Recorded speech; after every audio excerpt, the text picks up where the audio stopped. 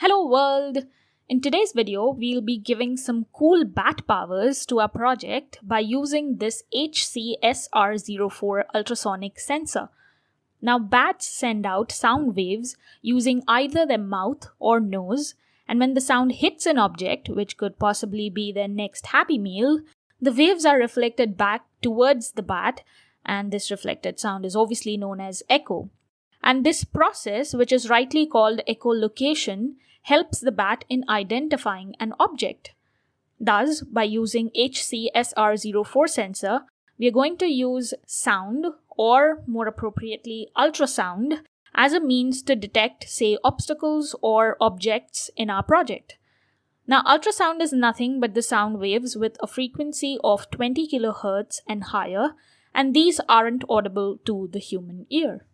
HC-SR04 is an affordable proximity or distance sensor that is commonly used for avoiding obstacles in various robotics projects.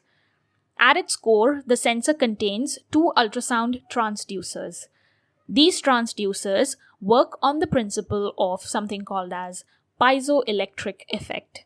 This is the property of some materials which causes them to deform whenever an electric voltage is applied to them. And this deformation results in generation of ultrasound. And the reverse is also true.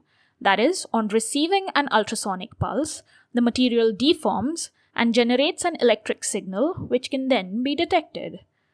On one side you have transmitter, which emits 40 kHz ultrasonic sound pulses.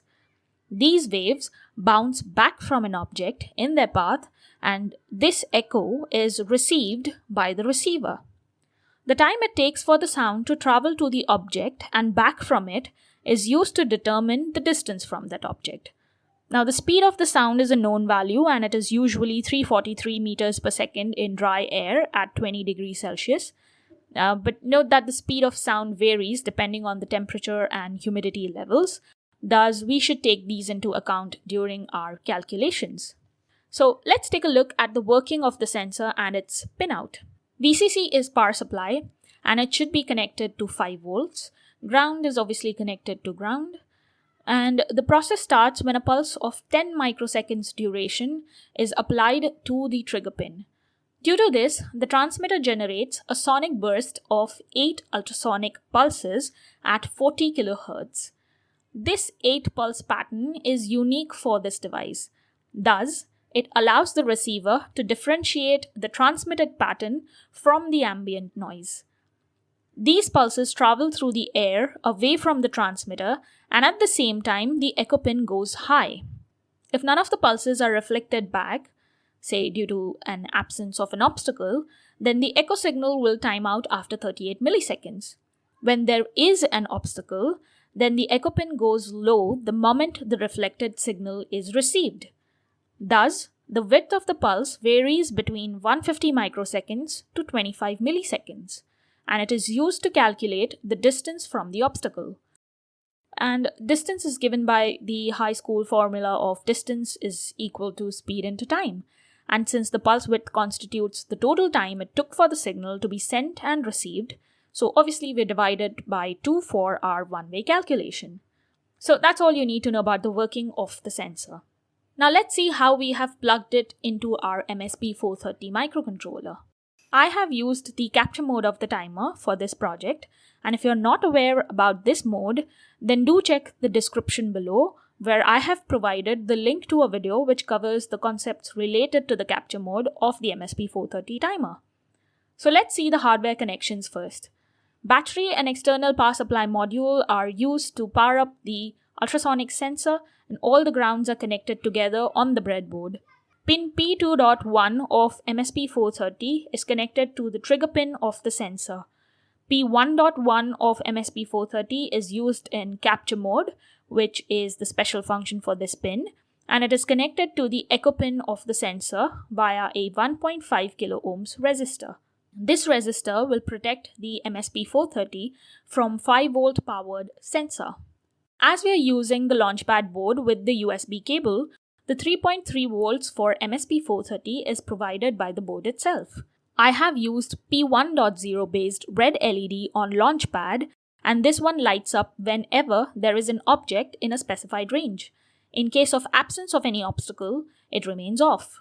Now let's have a quick look at the software flowchart. So first of all, we start and then we stop the watchdog timer. We configure the timer for capture mode for detecting pulses on both rising and falling edge, because that's how we can get the entire duration of the echo pulse. Then we configure the port pins that we have connected to the sensor. Then we clear the timer.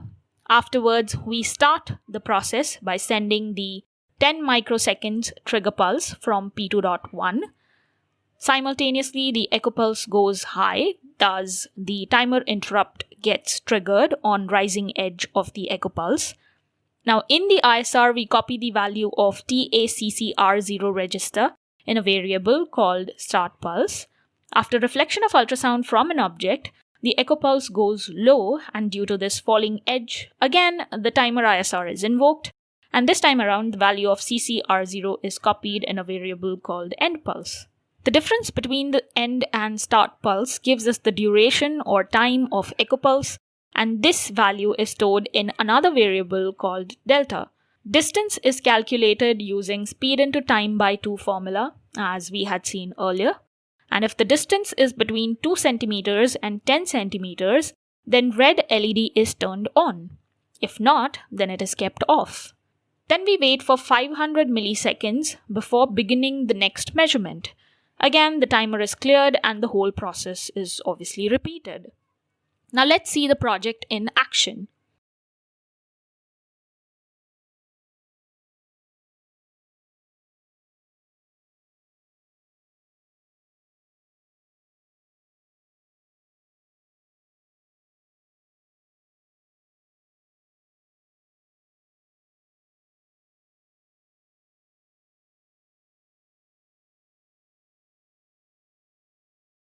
Now there are certain limitations associated with this sensor, so let's look at them one by one.